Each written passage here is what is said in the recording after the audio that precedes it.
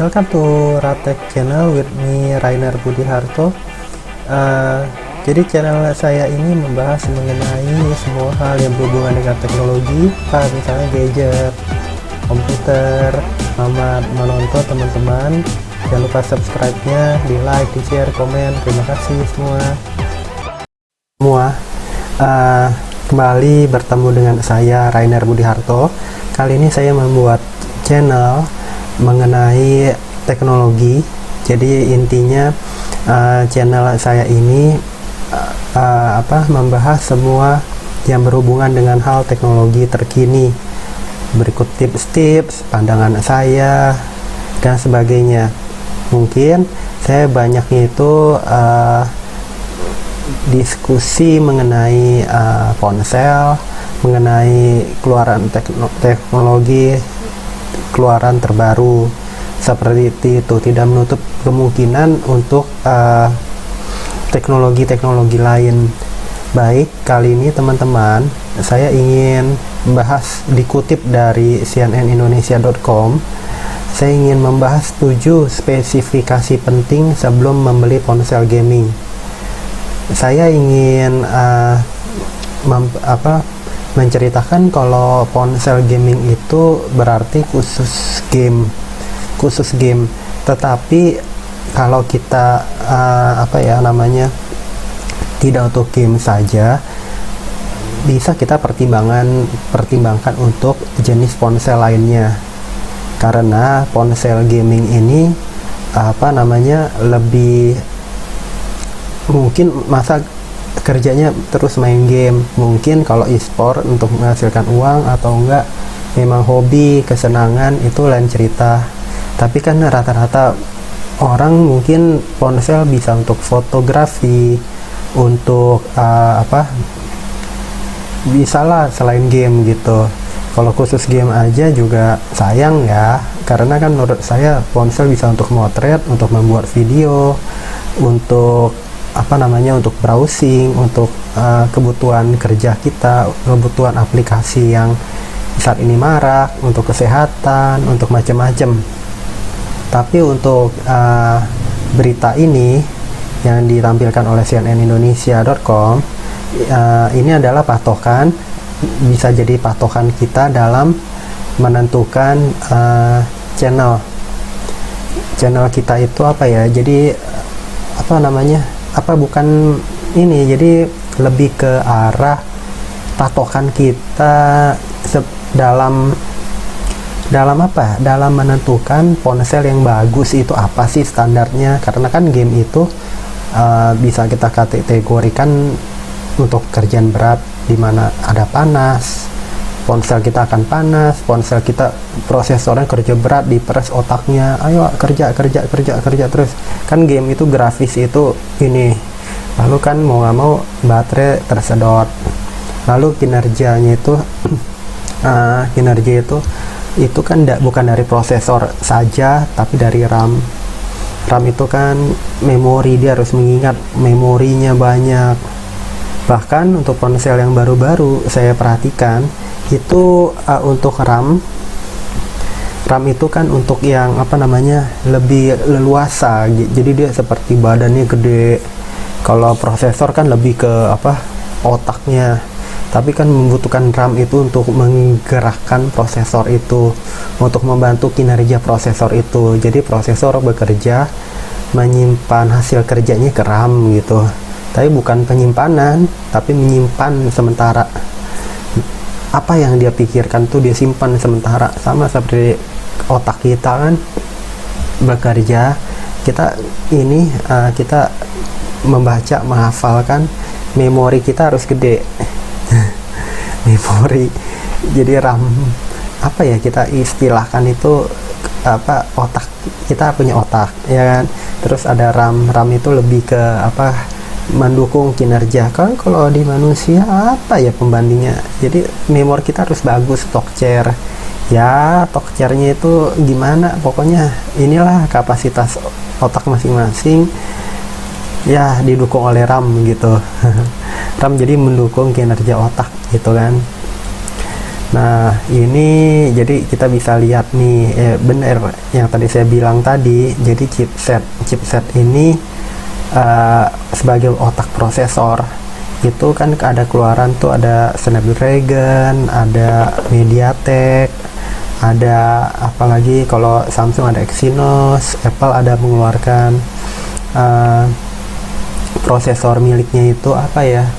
Ya keluarannya prosesornya Apple deh gitu ya. Jadi sama seperti di komputer kan ada PC atau notebook itu kan ada Intel, ada AMD, contohnya itu yang ini kan terkenal seperti itu. Nah itu rangkaian di prosesor itu yang dibuat itu untuk kecepatan berapa, nah itu penting. Nah jadi kalau kita mau standar game itu kan tinggi. Nah ini bilangin nih dari CNN Indonesia ini, berita ini dijelasin bahwa kelas menengah itu ya sebenarnya cukup. Itu termasuk itu ada Snapdragon 600. Jadi yang seri 600 tuh, lalu MediaTek Helio G series sampai Exynos. Atau untuk chipset gaming kelas atasnya ada Snapdragon 800 sampai Apple A13 Bionic tuh, itu serinya. Jadi teman-teman tinggal lihat aja, misalkan oh ini Snapdragon-nya ini sudah pakai seri Snapdragon 720 atau Snapdragon 920, berarti udah tahu teman-teman itu kelasnya boleh lah, enteng dia jalanin game.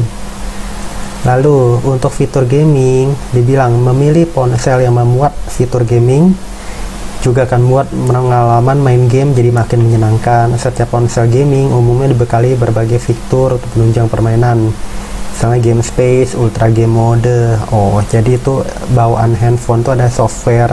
Jadi misalkan di Samsung nih, saya nggak mengalami agar mendongkrak performa game itu ada namanya untuk ada mode gaming. Jadi misalkan ya dia menutup semua aplikasi, semua kinerja yang memakan pemrosesan di komputer itu dihentikan sejenak dan semua untuk dayanya dialokasikan ke game seperti gambarannya. Kemudian kapasitas baterai itu juga penting, karena kalau baterainya kecil, charging mulu atau terus charging kan panas juga baterainya. Makanya dia bilang ya minimal 4000 lah gitu. Bahkan saya ada membaca juga bahwa itu kalau yang kecepatannya sudah 5G itu membutuhkan ya minimal 4000 memang, karena dia membutuhkan tenaga lebih banyak untuk menarik daya 5G gitu. Nah game ini lebih lagi juga tenaganya kan juga membutuhkan besar, karena kan ngolah grafis, suara, semua menyimpan permainan. Nah itu makanya baterainya juga perlu besar. Lalu RAM, random access memory, pilih RAM minimal 3GB untuk iPhone. Nah jadi karena saya juga bingung ya, itu kadang-kadang ada kan kamera sampai 108 megapiksel kalau kamera bicaranya.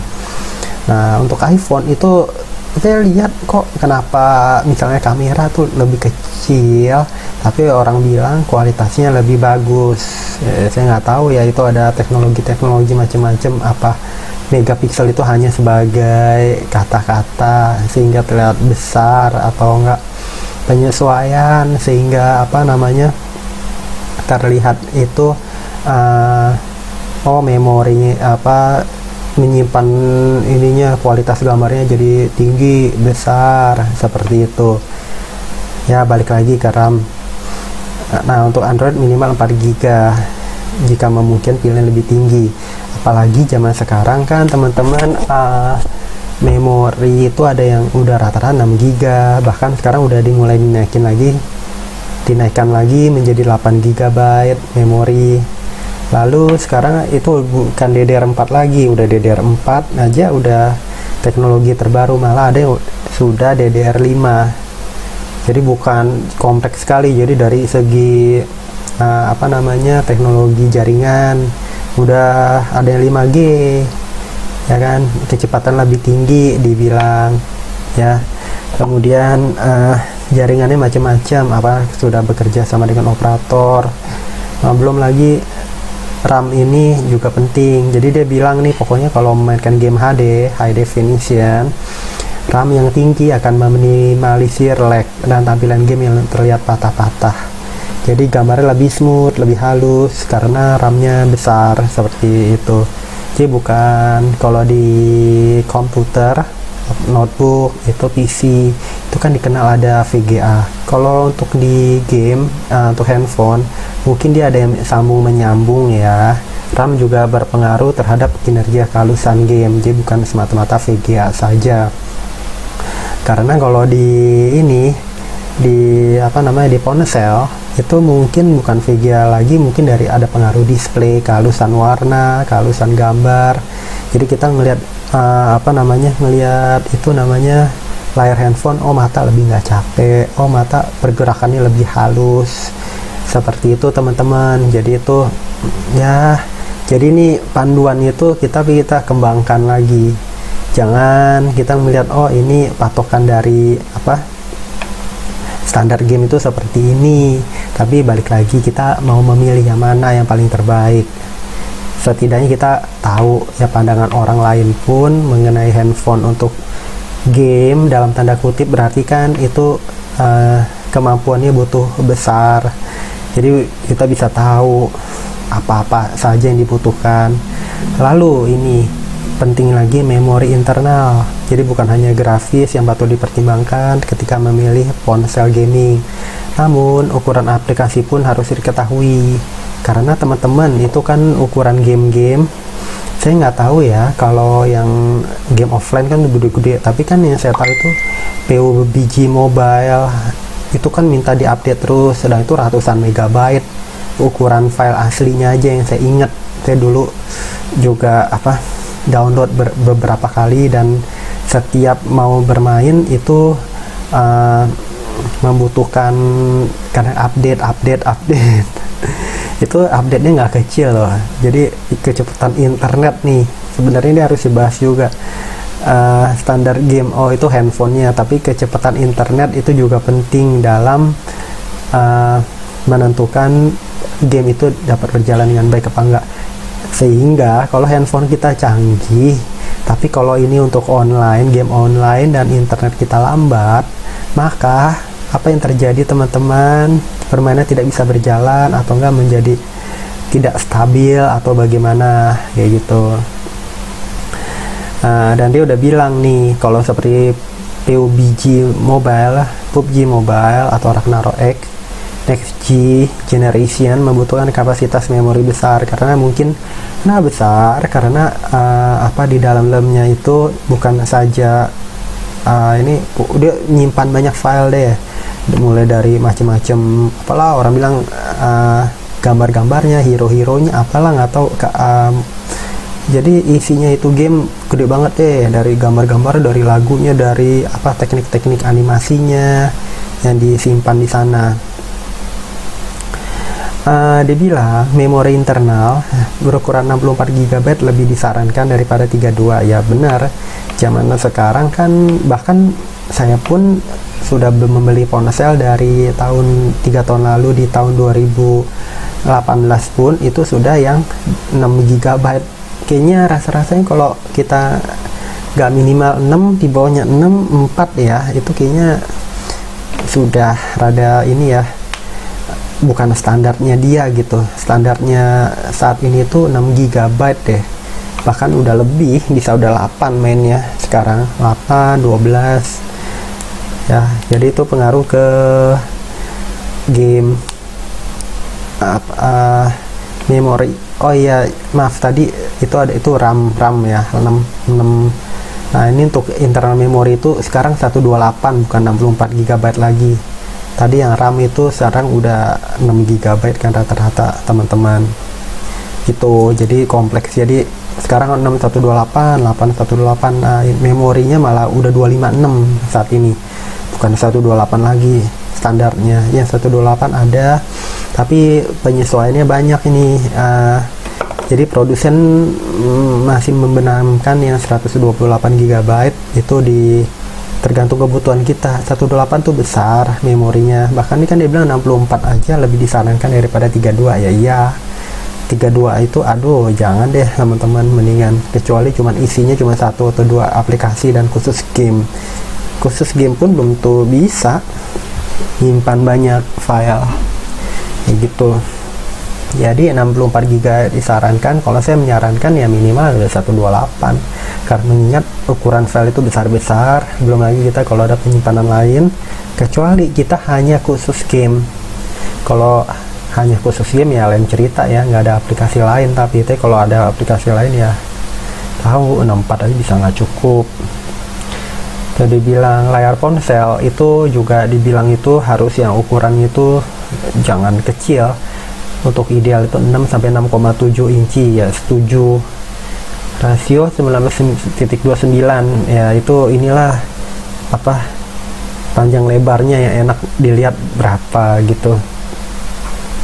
Dibilang sih kalau emang, dan saya merasakan layar besar kita menyaksikan game, melihat film juga lebih enak. Bahkan ya tadi saya bilang ini dibilang nih untuk jenis layar ada AMOLED, ada atau layar itu penting sekali. Jadi yang tadi saya bilang di awal, jadi kalau AMOLED bahkan udah Super AMOLED. Kalau AMOLED kepanjangan nih dibilang Active Matrix Organic Light Emitting Diode, lebih diunggulkan. AMOLED merupakan pengembangan dari OLED atau Organic Light Emitting Diode yang diklaim memiliki konsumsi baterai lebih rendah. Nah ini dia, jadi makin canggih pun baterainya juga makin rendah, makanya kontrasnya lebih tinggi serta menghasilkan layar lebih jernih. Terlebih layar AMOLED juga disebut lebih responsif. Malah yang baru kan ada Super AMOLED atau enggak, jadi bukan Full HD lagi, bukan Full HD Plus lagi kayak gitu teman-teman. Jadi ya teman-teman harus bisa pintar-pintar ini deh, ngeliat deh. Lalu harga ponsel yang terjangkau, contohnya Infinix Note 8 dirilis Oktober 2020 tuh kan. Jadi kalau kan handphone merek banyak macam-macam, ada Nokia, ada Samsung, ada Realme, ada Xiaomi, ada Sony, ada macam-macam deh, Apple, iPhone kayak gitu kan. Nah ini itu masih banyak lagi merek-merek lain, tapi dia bilang kalau harga yang sekitar merek ini dia jual 2 jutaan. Ya kalau dari ini tergantung teman-teman lagi. Ada yang orang fanatik sama brand tertentu, lebih confident, lebih percaya diri, lebih nyaman atas suatu merek, ya kan. Nah namun kalau dari rekomendasi dari tulisan di CNN Indonesia ini udah cukup dibilang kalau Infinix Note 8. Balik lagi, teman-teman percaya gak terhadap merek ini, terhadap suatu merek, dari segi garansinya, dari segi ketahanannya, dari segi kantong uang kita juga. Jadi ya banyak pengaruh. Jangan kita pokoknya beli asal aja, tapi kita tidak tahu mungkin service centernya, mungkin ketahanan, kualitas barang bahan-bahannya gitu. Ini kan saran aja ya. Contohnya tuh dia itu Infinix Note 8, RAM sudah 6 GB, memori internal sudah 128, baterai sudah 5200, sudah fast charging, jadi cepet chargingnya, jadi bisa cepet main game lagi nggak tanpa tergantung listrik. Layar berukuran 6,95 inci. Dia ini aja belum Super AMOLED lah ya layar ini. Kalau saya lihat nih, ini kan dia bilang masih HD plus, bukan Full HD plus, malahan masih HD plus 720 kali 1640. Kalau Full HD itu kan 1920 kali 1080. Itu kalau yang Full HD plus. Super AMOLED mungkin bisa lebih di atas itu, atau enggak ada teknologi yang lebih menghaluskan lagi teman-teman ya. Jadi tapi kalau standarnya ini udah bolehlah dengan harga 2 juta, sekitar 2 juta. Nah ini mungkin juga promosinya kamera udah 64 mega ya, bagus sih, tinggal teman-teman aja mau yang mana gitu. Oke teman-teman, ini aja dulu yang saya ingin share. Terima kasih juga pada cnnindonesia.com yang saya bisa boleh ikut baca artikel dan saya bantu saya share juga ke teman-teman semua. Semoga bermanfaat. Jangan lupa teman-teman untuk subscribe, like, share, komen, dan jika ada permintaan khusus atau apa yang ingin dibahas, ingin saya ikut membahasnya, boleh juga diberitahu pada saya lewat komen. Terima kasih, sampai jumpa di video-video saya berikutnya. Sampai jumpa.